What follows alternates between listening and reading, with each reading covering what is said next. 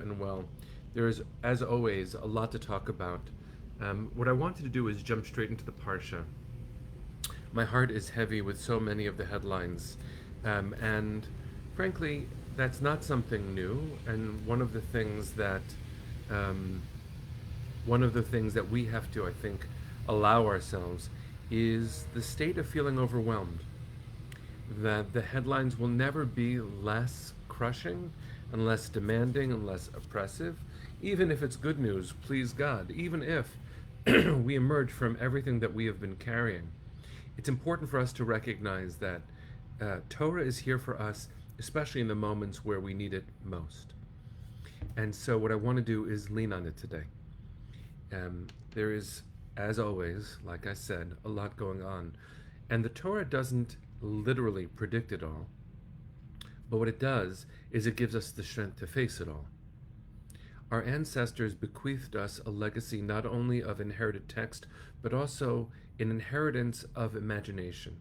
We are here to read the text, but most of all, to invite it into our souls and bodies so that we can be strong, resilient, and most of all, together. So I am touched, friends, to have been part of this Torah community for all of these years with you daily. It is the most regular minyan I have ever been part of. And it means a lot to me that we get to share this, that we show up together. So let's let some Torah in, and may it feel to you like a blessing, like an invitation. It is Parshat BECHUKOTAI, the very last Torah portion of the book of Leviticus, of Vayikra. And it starts with this very interesting phrase. I'm just going to do a little bit of reading to bring us into it. The very first pasuk, the first verse says, "Im bechukotai telechu vet mitzvotai tishmeru va'asitem otam." It starts with, "If you follow my commandments and faithfully observe them and do them." And then you hear, good stuff will happen. That's what happens if you listen. And immediately it shifts, obviously, because this Torah that we have is no simple legacy either, to what happens if you don't. V'im lo tishme'uli, if you don't listen to me, if you don't listen to me, v'lo ta'asu et kol mitzvot ha'ela, and you don't do all of these commandments, v'im bechukotai tim'asu, if you revile my rules. And exactly as Lydia just wrote, it is the emphasis on if. If you listen, if you don't. Now, what's interesting in English is if I say the word you, it might mean individual you, but you also can mean collective. And so part of what I think we need to remind ourselves right now is that redemption in Jewish terms is a collective thing. I'm going to say this in a few different ways in the next few moments.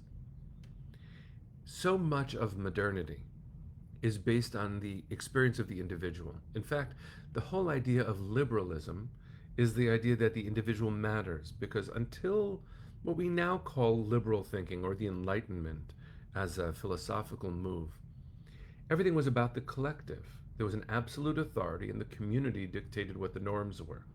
But with the advent of sort of modern thinking, for lack of a better word, which can be synonymous with the word liberal, I begin to matter more. And if you think about this as a consumer experience, it might make more sense. It used to be you went out to get a coffee, and you said, "One coffee, please." And they gave you a coffee. And then maybe you put in milk and sugar or not. But now, when you go to any place, not just Starbucks, and you say you want a coffee, often you decide how many shots of espresso, you decide how many pumps of the sauce, you decide what kind of milk, you decide how hot, the size of the cup, the sleeve. The highly personalizable, that's the word, experience that all of us have in most settings, where the color of your car, the length of your beard, the faith of your soul, your political party, so much in our world is based on individual experience. And you might think that this means that even in Jewish terms, the individual becomes the center. But actually, that's not the case.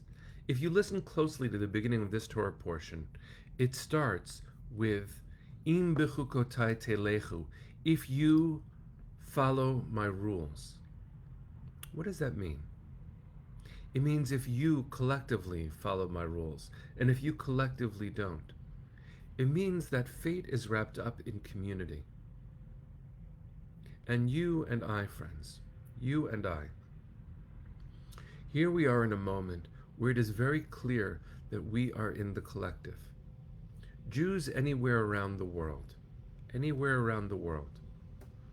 can find themselves in any circumstance, and even if they don't fiercely feel part of the collective, the world will remind them, because they're a Jew, that they are part of a collective. Kol Yisrael arevim zeh lazeh is the way the Talmud says that all Jews are responsible for each other. But arev also means are mixed together. If you know the concept of an eruv is something that holds a whole community together. It is a string, basically, tied around a community to say we are all one. Jews around the world are reminded, especially in the day since October 7th, but if we've been paying attention nonstop for our entire history, that Jews are all seen as one by the outside, and it takes shocking moments for us to remember that it's true. This Torah portion tells us that if we listen, and whatever that means, if we act correctly, if we hold each other and protect each other and show kindness and compassion in the way we work as a community, if we do all those things, then life will be better. We'll feel stronger. You and I will have each other. It's what we need.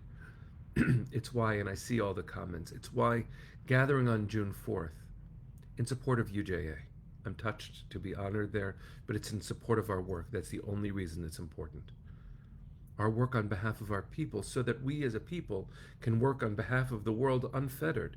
If only, it's a sad truth, if only the world would allow us to just simply be, then we would have the proper conditions to be a gift back to the world. All we have to do, friends, I'm saying it like this, all we have to do is be alive. Be alive and be loving. And do it in a way that doesn't center on my joy, my satisfaction. It has to be ours. And in fact, no less than the great Rabbi Jonathan Sacks, Zichrono Livracha.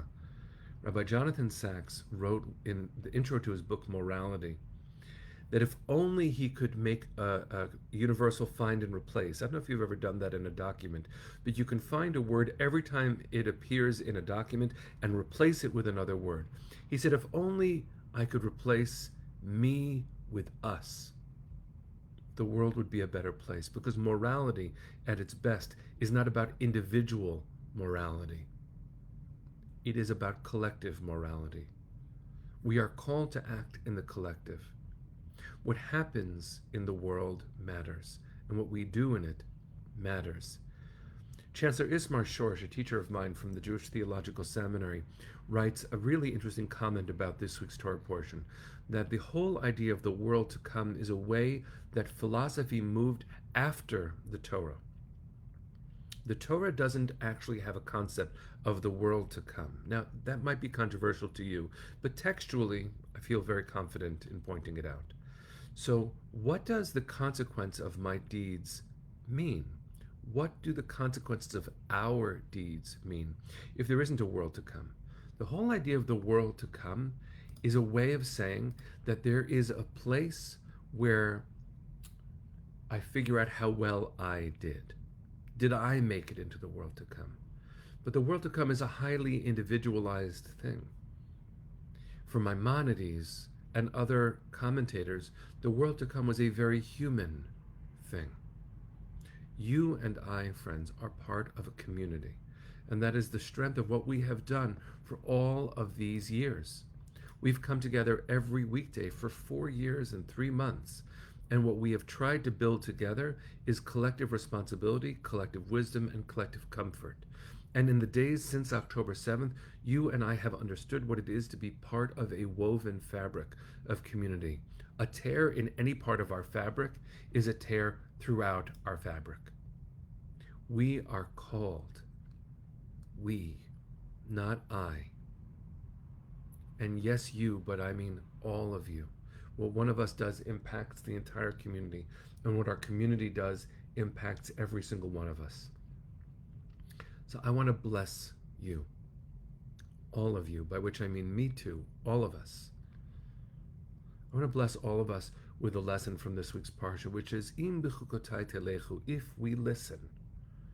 If you listen to the heart of our people, collective comfort, collective love, collective kindness, and yes, collective ferocious response. When we act together, our world, our whole world gets better. But when we think it's about me, or just one of us, that's when things go wrong. That's what it is not to hear the call of Torah. The call of Torah is collective wisdom. May we be part of that wisdom. Part of that wisdom.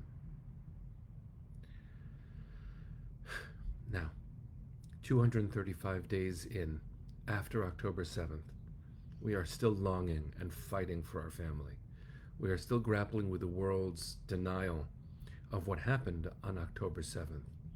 We are still dealing with not just ignorance, but malicious attitudes on campus.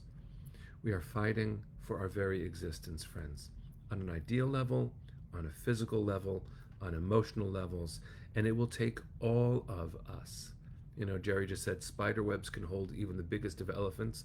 It takes every one of us to be those weavers so that the fabric can hold all of us.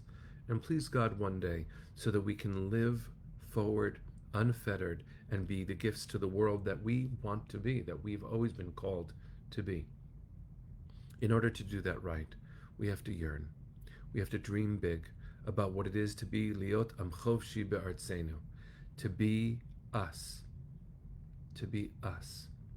in the world, free people in our homeland and anywhere we call home. So let's strengthen our heart, sing for the hostages, pray for them, pray for those doing incredible soul-saving work. Celebrate the tribe of Nova who had a festival just for the survivors of Nova and their families, dancing under a tent, proud and free, and please God, healing members of our community. We are all this tribe.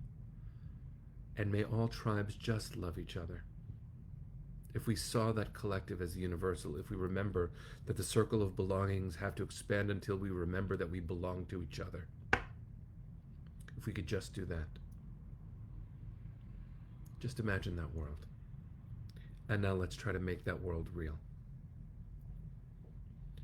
Kolon baleva penima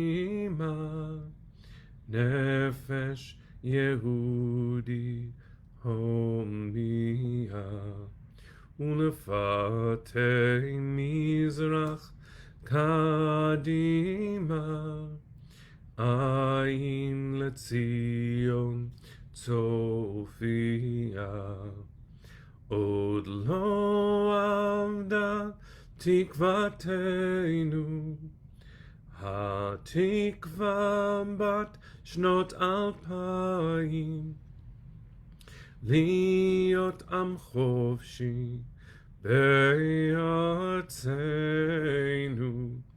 ארץ ציון וירושלים. להיות עם חופשי בארצנו, ארץ ציון וירושלים. Bring them home now. Am Yisrael Chai. See you tomorrow, friends.